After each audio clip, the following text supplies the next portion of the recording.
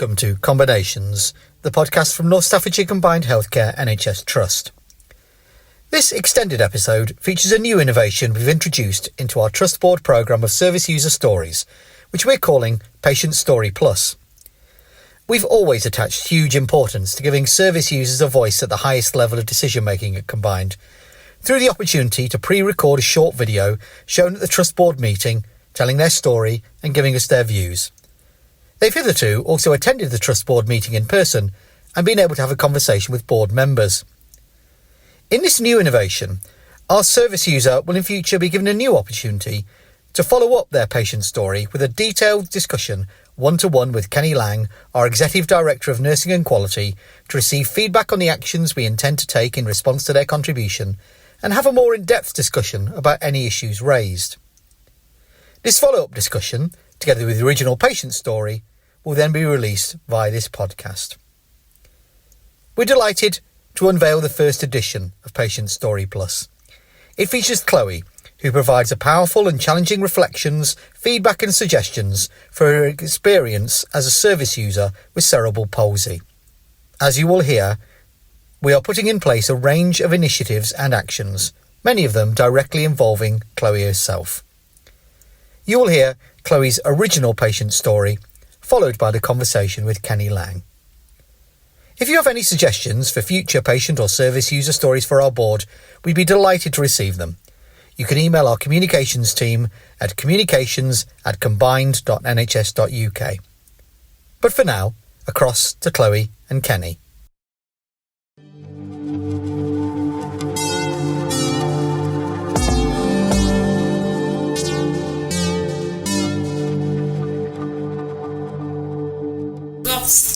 My name's Chloe. I'm 31. I have cerebral palsy, which can mean a lot of different things for a lot of people, but for me it means that I can't stand, walk or sit independently, so I'm entirely reliant on a power chair to move around and on other people to support me with all daily tasks. I can use my hands, but they're limited. So eating and drinking is something else that I need help with.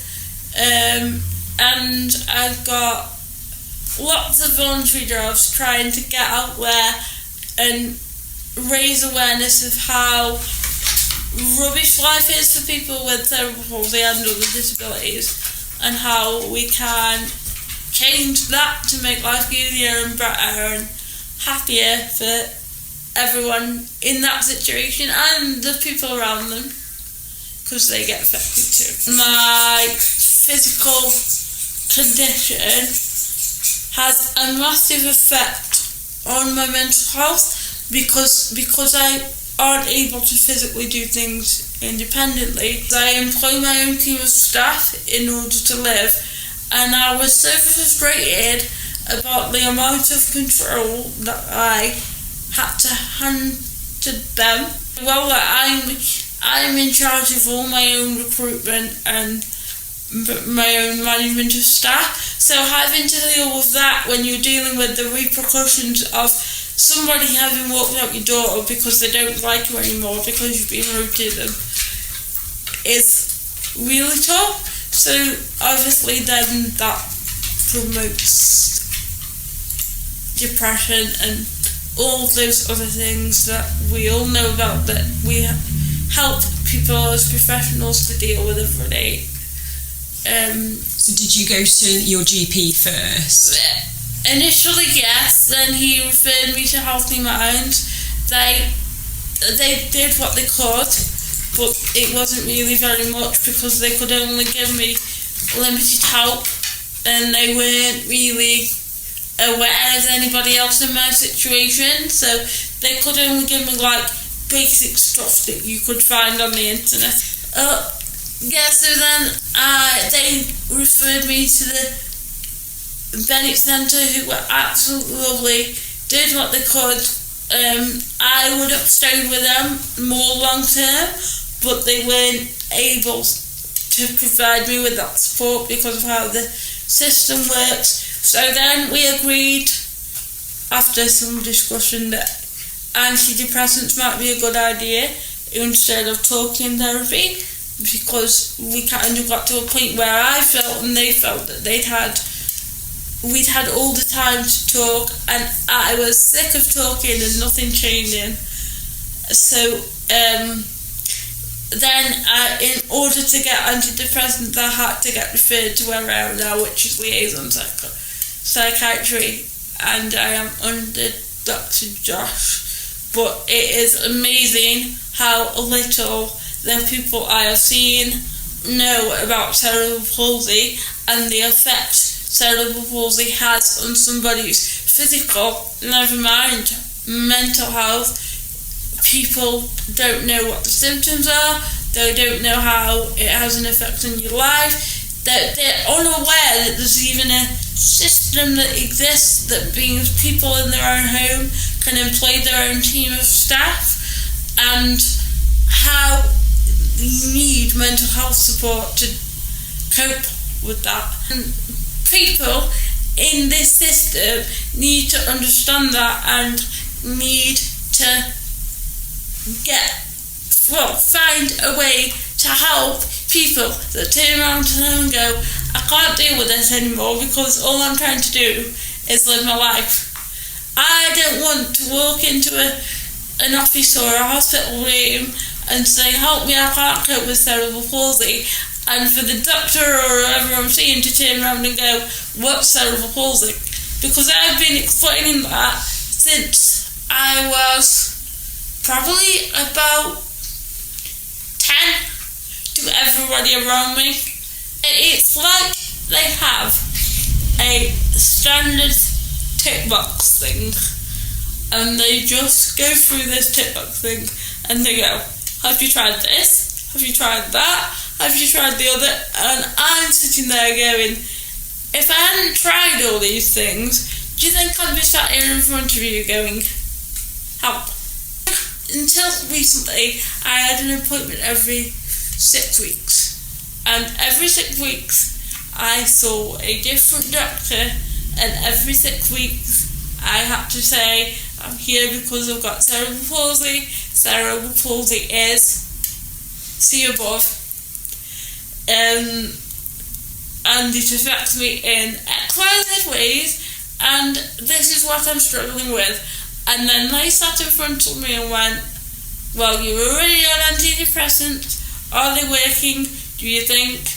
And I'm like, yes, as far as I can see, right now this minute they're making me feel alright. Well, that's good then, because there isn't a lot that we can do other than up them if they're not. And I then say, well, if you're going to keep upping them when I say I'm not alright, and then you get to the top dose, what happens? Answer to that was, we'll review it next time we see you. Then the next time I went in, totally different doctor, totally different level of professional experience, totally different idea about what I should be doing or not doing. Who the hell am I supposed to believe? And I said to one doctor, I said, look, while I'm coming here every 6 weeks, when I've got mental health problems where I need continuity, and every time I see a person in here, it's a different person, and she was like, oh, it's because the appointments are every 6 weeks, and we rotate every 6 weeks. And then the next time I went in, different person, same conversation. But if I don't keep coming, then I stop being seen and get discharged because I'm not attending appointments. Physically, access-wise, it is okay. Like, I can get there and I can get in the room to see whoever I'm seeing.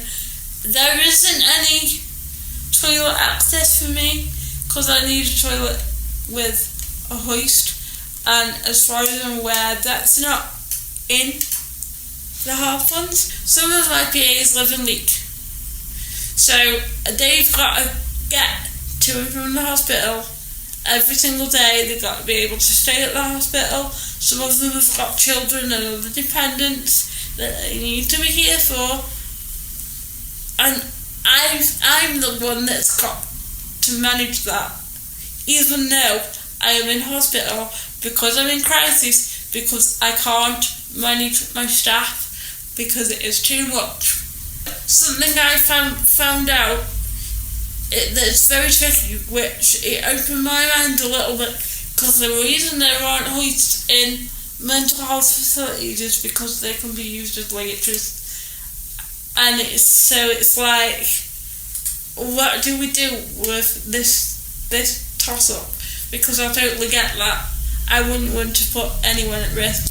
There just needs to be more awareness and more of an infrastructure that people can have a mental health condition that is triggered by the knock-on effect of a physical one, and not necessarily the other way around. People start off with a mental health condition and go into so much of a crisis that they can't be moved out of bed without having a panic attack. That's dealt with. That's sorted. That, people get taken into hospital, they get given medication so that they can get up. So if we can sort that out, why can't we sort it out the other way around? Because it's the same thing, it's just the trigger's different. But no one sees it like that. They go, oh, well, we've not dealt with this before. It's a disabled person. That isn't within our remit. At the moment, you ring a 24-hour helpline and get, you are on hold. Thank you for waiting. Well, I'm saying to the person next to me that I feel suicidal, and if they don't do something quickly, then I'm going to walk outside and go in the middle of the road. I think the positive is that I've been able to talk to you, and that you do want to listen to me, and you do want to change, and no matter how hard it is, you will all agree with me, and you will want to find out more, and you will want to see what you can do. But in terms of the actual service itself, I'm afraid that I wouldn't say there were any positives, because I don't feel, not just for me, but for other people that I'm aware of, I don't feel that there's the right support service. People with these issues are walking into your rooms feeling like somebody's going to give them answers. So then when you don't, because you can't, it is like the worst thing known to man, because you think you're going to walk in there and get answers, and you're going to walk out feeling a little bit better, and when you don't, the rest of life is horrendous, and you can't even begin to comprehend that you've got to carry on in the mood you were in when you walked through the door. It was absolutely incredible.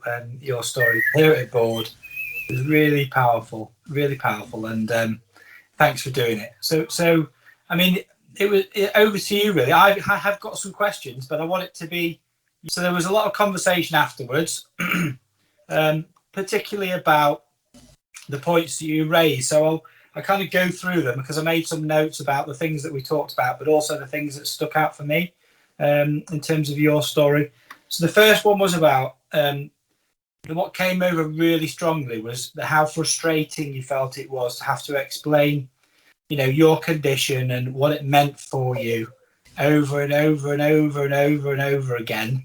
Yeah. And how much of a difficulty that was, because you felt, and I think quite rightly so, that people should know more about the condition. So I wondered if you had any thoughts about what can we do. Have you got any ideas about how we can improve that for you or anyone else? I think it's all about communication, and it's all about a person's medical team or care team or, support team.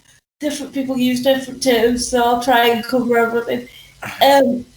Communicating with each other and with the person to ensure that they're all aware of what's going on, with whom and why at any given time. so that then all we've got to do is when that patient or client or service user turns up is look at a computer screen or, a file or notes that they've got and be able to start from where they left off in the last consultation and not at the beginning because they've never seen this person before and they don't know their history. Yeah. It would be a case of, last time you saw such and such and you discussed this, I understand from that you brought up these issues. I've thought about this and this is what I think right now. Or, it's difficult, but from my research, this is the suggestion I would make. It's almost like there needs to be sort of a case manager, if you would like, who pulls everybody together and then looks at the broader picture. Because I'm under a number of different specialists and they're all telling me different things, but when you actually sit down and look at what they are telling me, the advice in a lot of senses contradicts itself. Okay. Because one's telling me one thing and another's telling me another, but they haven't spoken to each other. Okay. To ascertain that there are cross wires. So I'm like, well, which one do I follow? Because you're all telling me different things. And it's impossible to try and do everything together because nobody is looking at the full picture as such. And is that within mental health services or the NHS more generally, Chloe? Is that? I think generally mental health.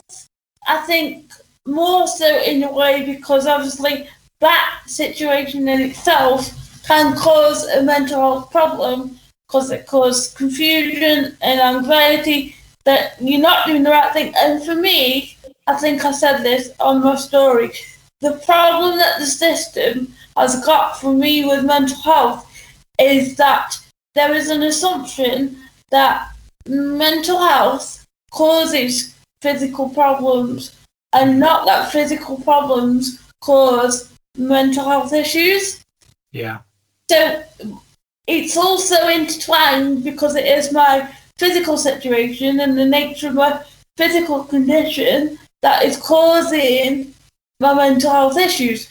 So the psychiatrist or whoever is involved with me from a mental and emotional point of view needs to be able to have a wider picture around my physical issues, which they don't have, but vice versa, the people dealing with my physical issues have no idea how to help me combat the emotional and mental side. Yeah. But if they all came together, then between them they might come up with some constructive solutions. At the moment, that doesn't seem to be a possibility because that joined up communication doesn't appear to be an option because it's like the doctors haven't got time to have these conversations with each other.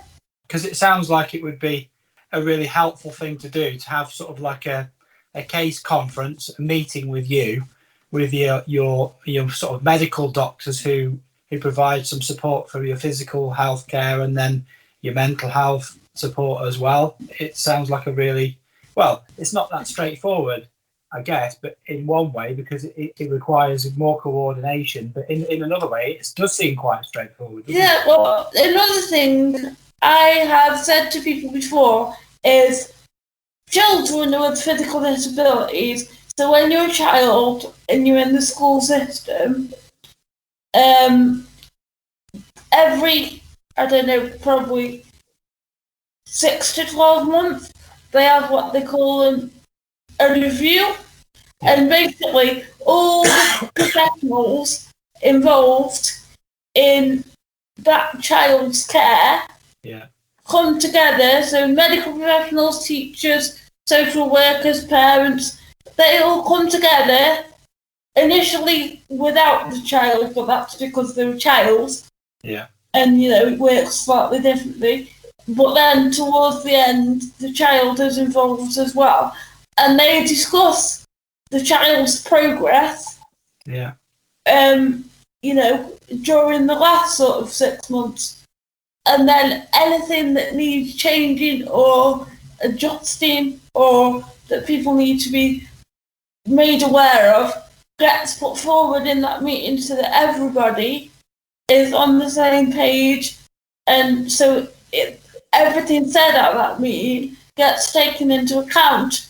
Yeah. In terms of anything that should happen with their future care. And it's a thing within the NHS, within schools, in the children's services, all the systems talk to each other. Yeah. Automatically. As soon as you get to adulthood with any kind of physical disability, that stops. Yeah. And you don't always realise it has stopped until you get to where I am, so I'm in my early 30s now, and then you kind of think, hang on a minute, this is why I'm having all these issues, because nobody's talking to each other anymore. And it seems like if you had a case conference, that communication would be much better, wouldn't it? Yeah, definitely. Yeah. Definitely. And I'm lucky, I've got a really supportive care team and a really supportive family. So I am in a situation to be able to bring everybody together myself and make sure everybody knows what's going on. But that's not easy. And if you're a person who's got long-standing mental health issues and you struggle to communicate, or you don't have the use of speech for communication, or you don't even have capacity to understand what's happening with your care, that is not at all possible because the system will not do it for you.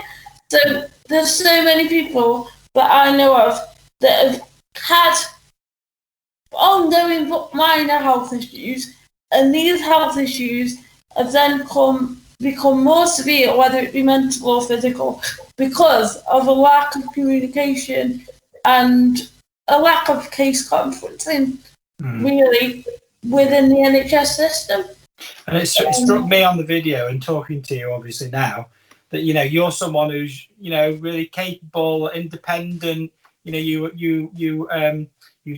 got your own budget and you arrange your own care. But like you say, not everyone's in that position, are there? There are people who have got, other issues going on who might not be able to have that same level of independence and strength of character that you have to be able to do that for themselves. Yeah, and it's about being able to, I've had friends who are able-bodied in the medical profession, and I'm taking interest in medicine, if you like. So I know a lot of the technical terms, and from lived experience and from knowing people who are on the professional side, but not everybody's had that experience. So I can read a letter and think, hang on a minute, they mean this, but that's not going to work for me. So I can then phone them up and go, hang on a minute, your letter says you're going to do this, but I'm not happy with that. Whereas a lot of other people will just get a letter or be told something and be like, right, okay. And before they know it, they've gone down the wrong path of treatment because somebody isn't aware of what else might be going on in their history, which affects that. Yeah. And in mental health services, we traditionally use, the care program approach for managing our, the sort of case conference aspect. But I think a lot of the time, if you're seeing a single professional, so if you're just seeing a doctor, for example, you may not have CPA reviews. And also it tends to focus on mental health professionals communicating with each other. It often doesn't include physical health specialists. So again, I think there's a lot to learn from what you're saying. Yeah, it depends on the person. It might be that somebody isn't involved with anybody from the physical side, and just requires mental health, which in that case is fine. Yeah. But there are a group of people out there who have long-standing mental health issues purely because, like myself, of a knock-on effect because of the physical issues they're having to deal with. You know, I remember saying to, because I don't know if you know, I went to have a look around one of the wards at the Harpons. Yeah. And there was a lady in there I was talking to, and we were saying how neither of us could believe that, you know, physical and mental health being brought together had never been thought of.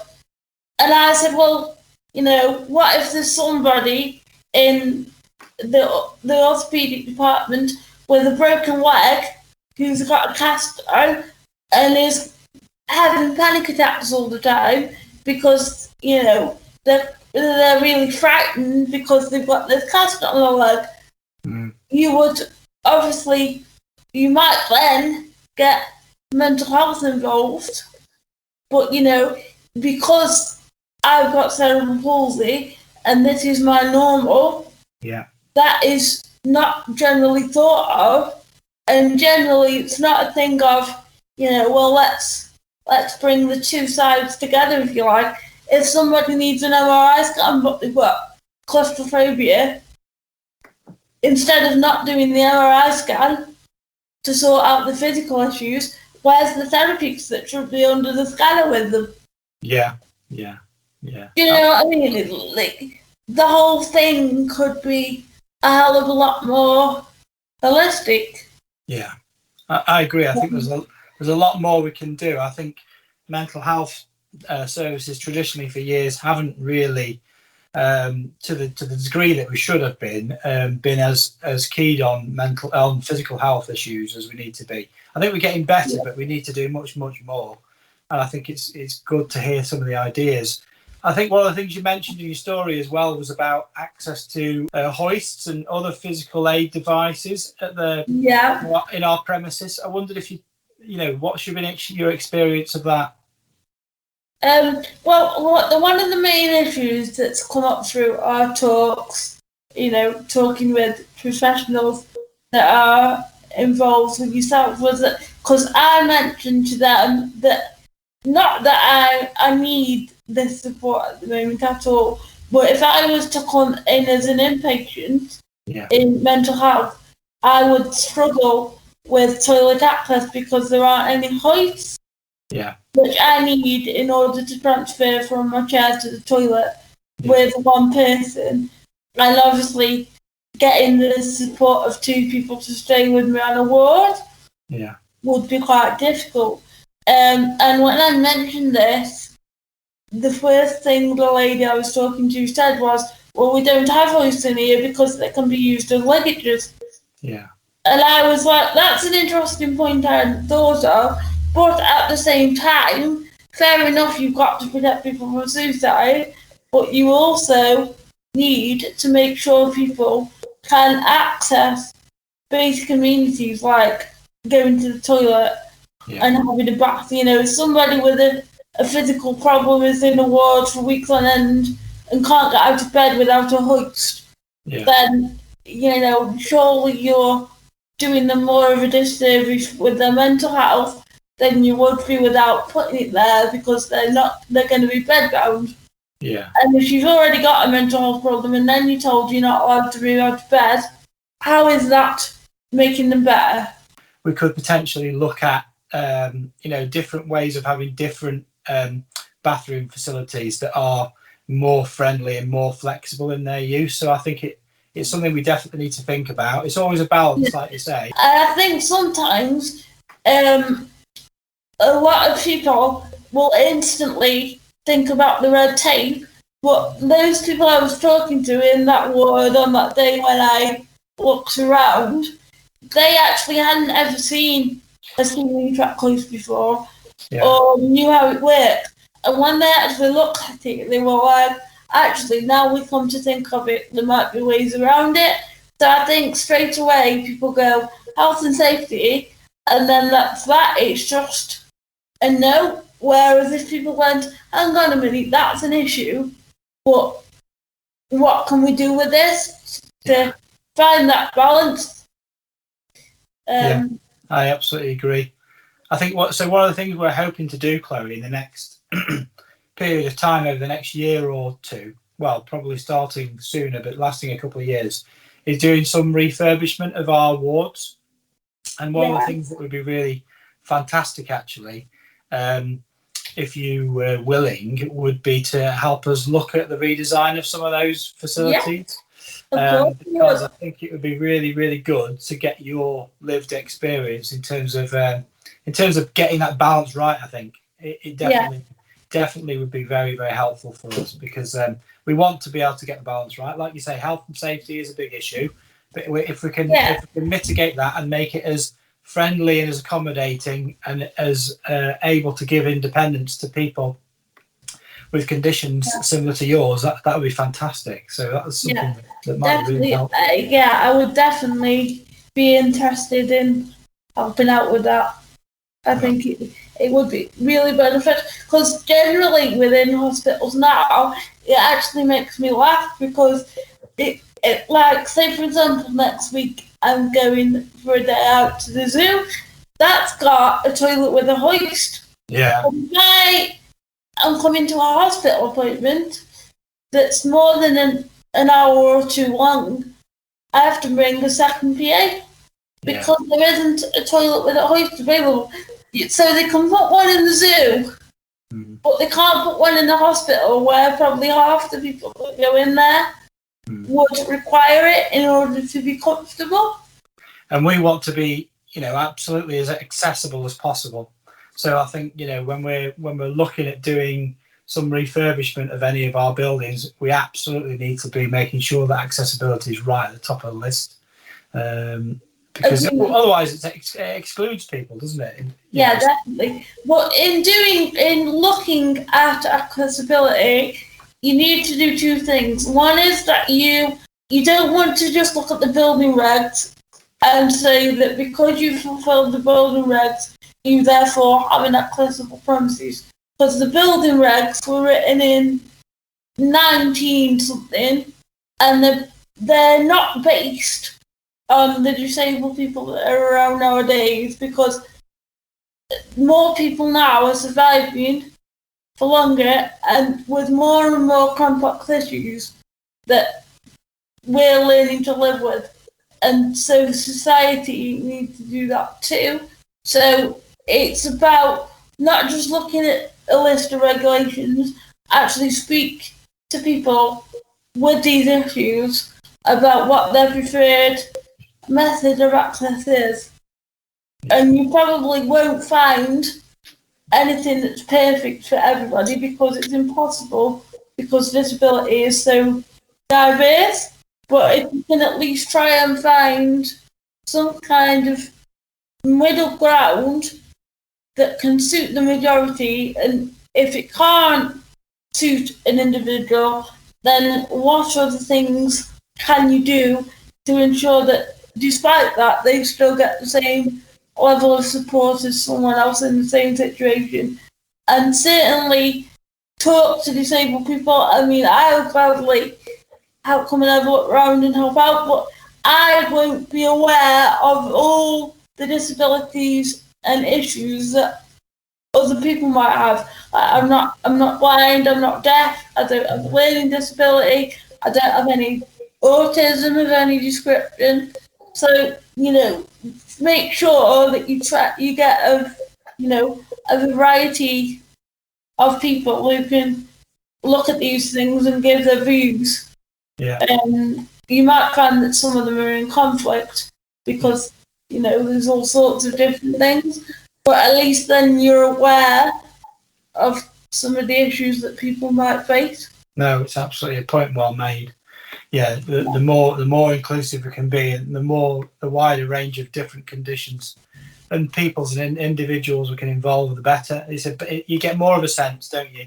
And it's more information, it's more meaningful. Yeah.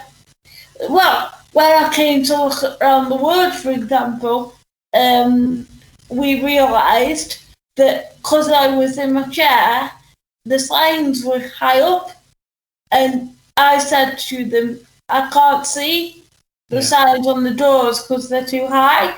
And the lady who was showing me around said, oh, it's an interesting point, but we've had to move them up because people keep ripping them off the doors, like when they get angry and things.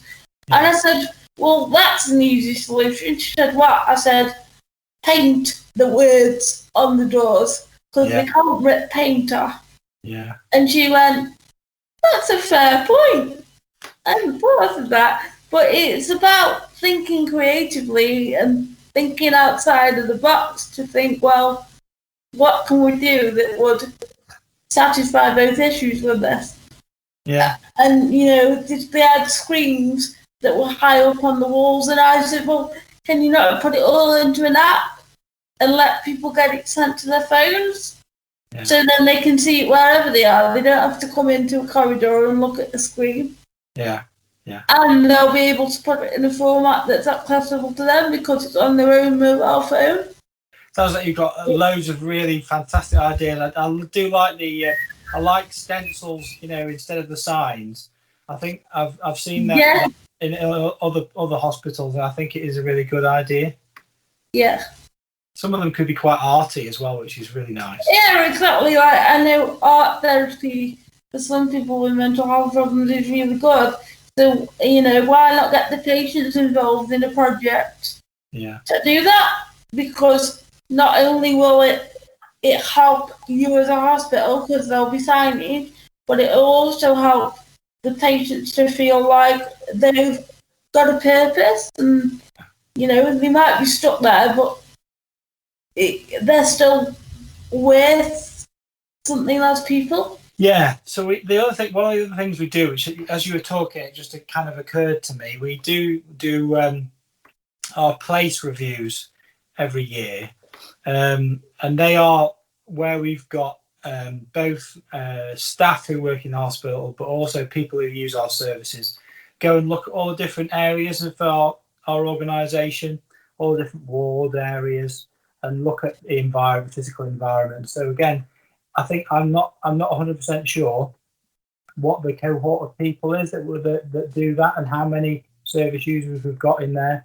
But I think it's really important that we look objectively and use different people's experiences in that. So I need to think about that, because your observation about signs being too high. You know, if you're an able-bodied person, and, you know, like me, I'm 6 foot, I would never notice that. But like you say, if you're a wheelchair user, it's a different perspective altogether, isn't it? Yeah, definitely. There's all sorts of things that you wouldn't even think about, and probably I wouldn't actually be aware of until somebody able-bodied came up to me and said, that's so much lower than where my hairline is, because for me, it's always been like that. Yeah. So, you know, you don't think...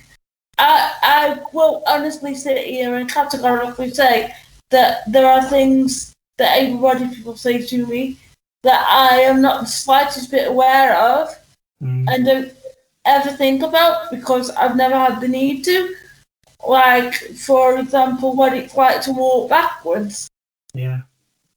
Like, there's all sorts of things, and so therefore I completely understand when somebody wouldn't see it from my perspective, but it doesn't make it any less easy when you come up against issues and you think, you're frustrated, so you think, why haven't they thought of that?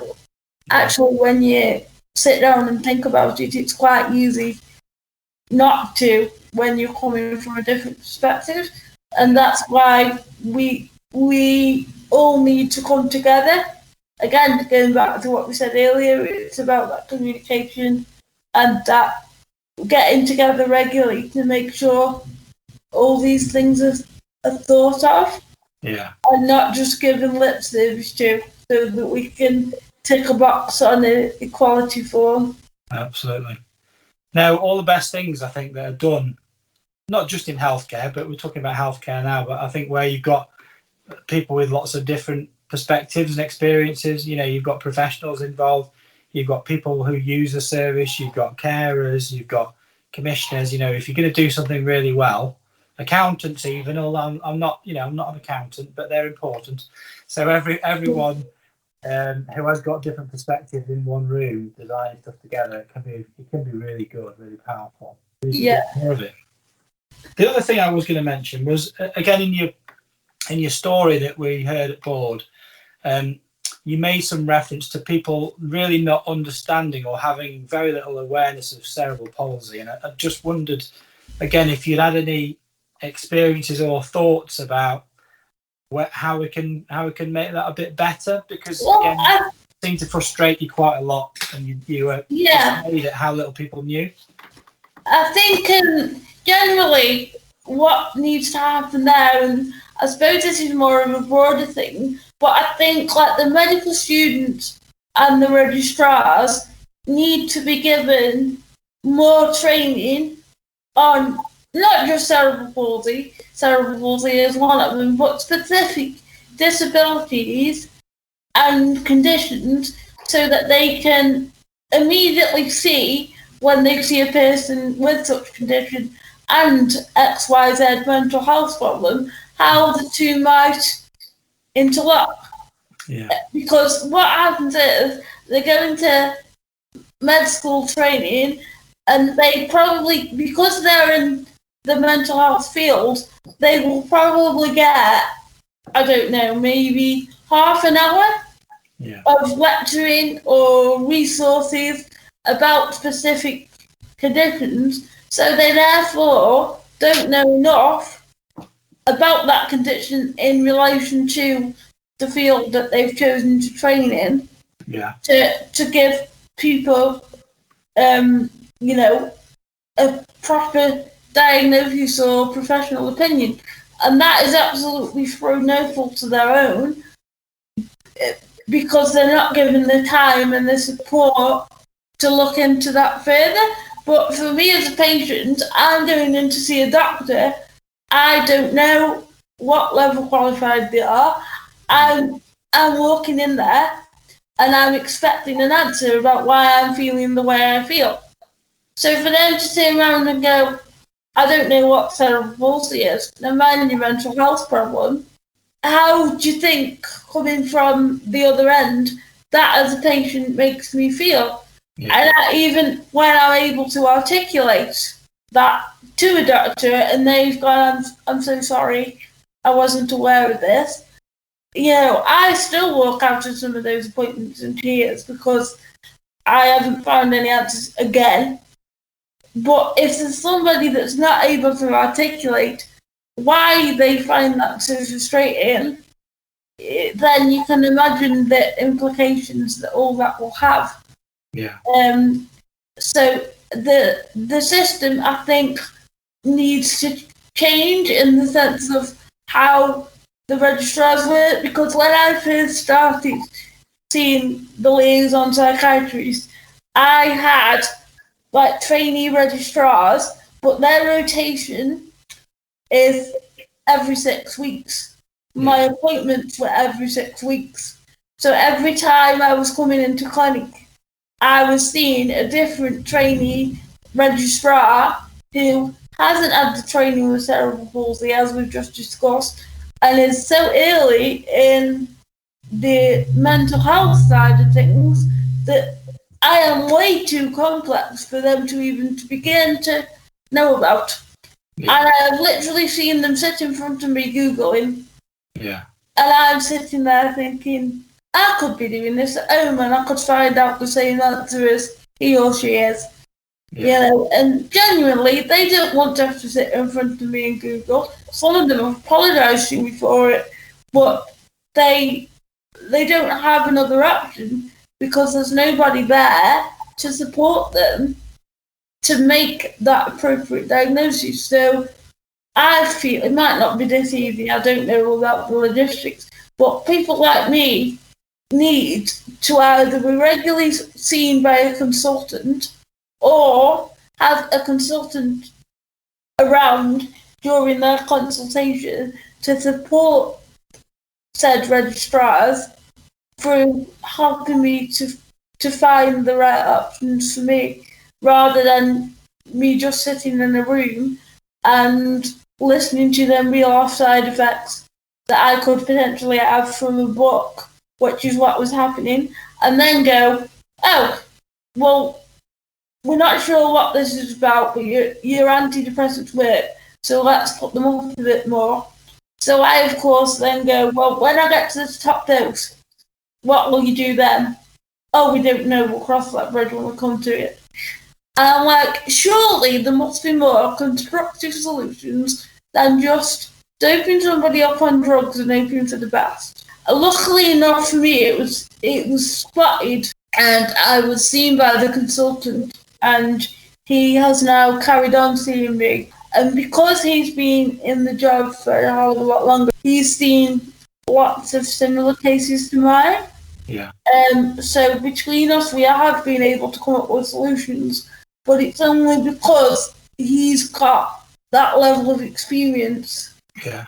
And that it's his lived experience in the job, if you like, has enabled him to support me in this way. I mean, one of the major things we had was that I started taking an antidepressant that was new to me, and I can pin back to the day I started taking it. My legs went stiffer than they normally are, and I was saying to these registrars, it gives me muscle stiffness, and they were, no, it doesn't. That's not on the list of side effects.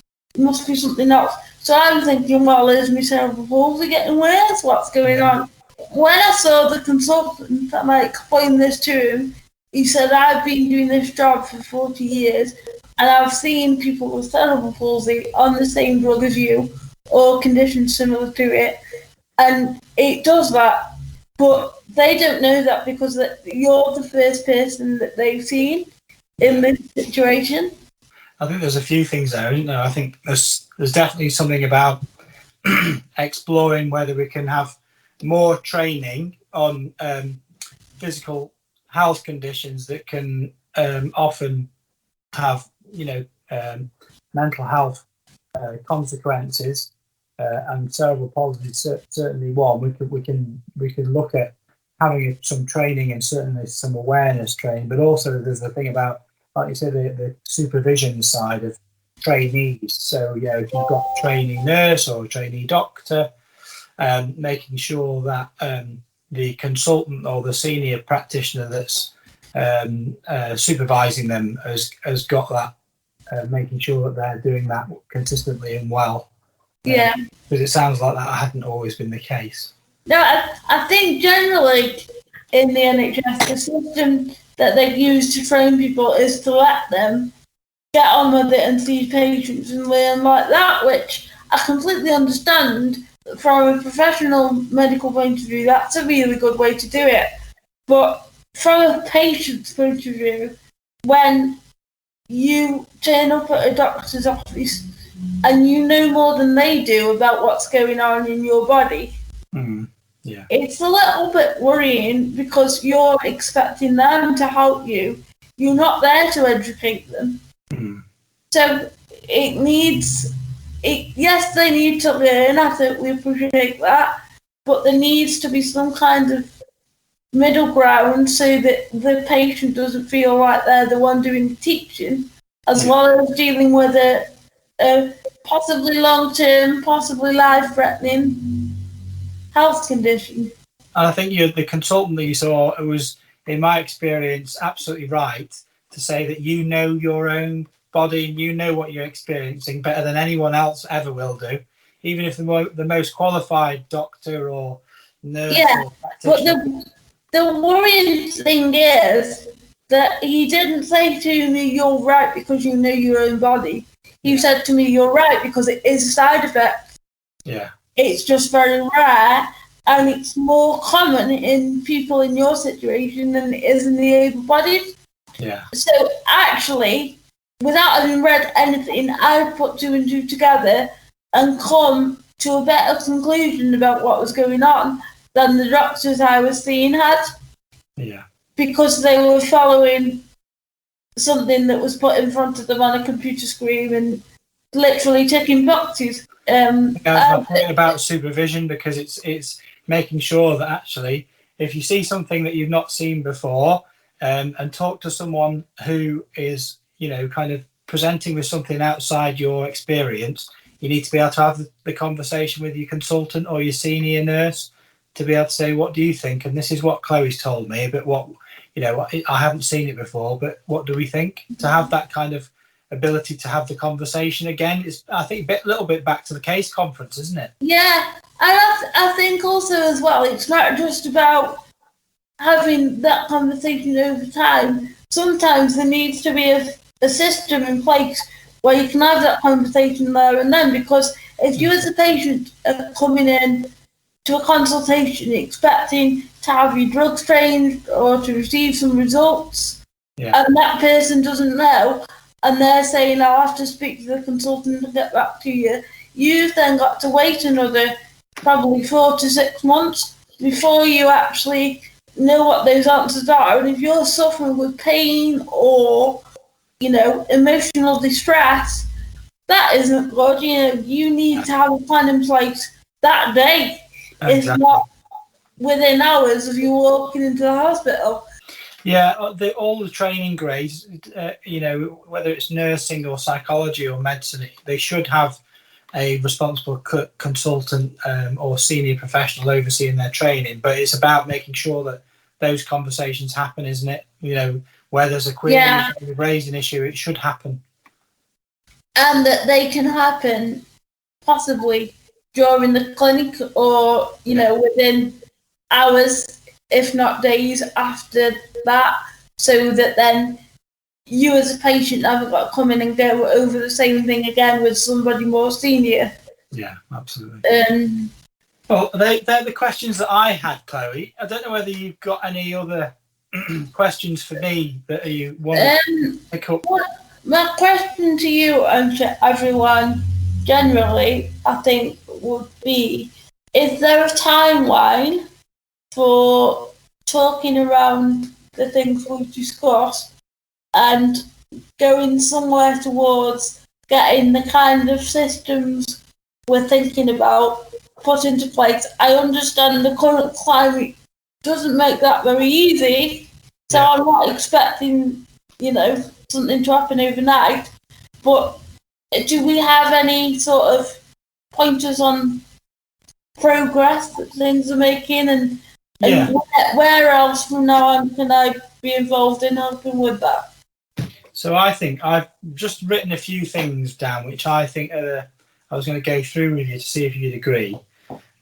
I think the first thing we talked about was about case coordination for people with comorbid sort of physical and mental health issues, disability and mental health issues, and us looking at how we can have a bit of a policy or a process around that to make sure that when we've got people who are in your position or people like you, Chloe, so that we've got a real clear process to communicate better. That was the first one. Yeah. Now I think that's a piece of work which is a policy thing.